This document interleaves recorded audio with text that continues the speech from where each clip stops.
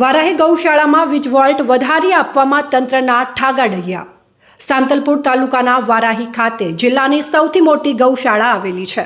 આ ગૌશાળા 100 વીઘા જમીનમાં ફેલાયેલી આ ગૌશાળામાં 9600 જેટલી ગાયોની સેવા કરવામાં આવી રહી છે। અહીં કટર મશીન, પાણીનો બોર, મિક્સચર મશીન જેવા ઇલેક્ટ્રોનિક મશીનોનો ઉપયોગ કરવામાં આવી રહ્યો છે। ત્યારે વીજ વોલ્ટ પૂરતો મળતો ન હોવાથી મશીનો બંધ થઈ જાય છે।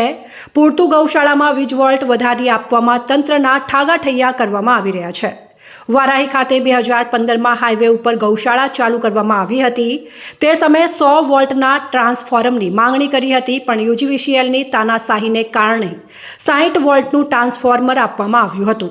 તે સમયે પણ ગૌશાળા દ્વારા અંદાજે 1 લાખ રૂપિયા જેટલી ડિપોઝિટ ભરવામાં આવી હતી।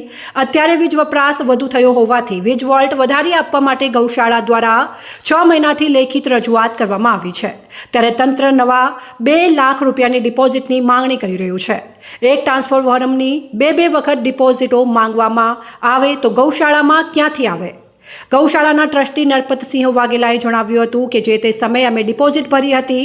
અત્યારે અમે વોલ્ટ વધારવા માટે વારંવાર માંગણી કરીએ છીએ। એ બીજી નવી 2 લાખ રૂપિયા ડિપોઝિટ માંગી રહ્યા છે। અમે દાન માંગી ગૌશાળા ચલાવી રહ્યા છીએ, તો 2 લાખ રૂપિયા ડિપોઝિટ ક્યાંથી લાવવી?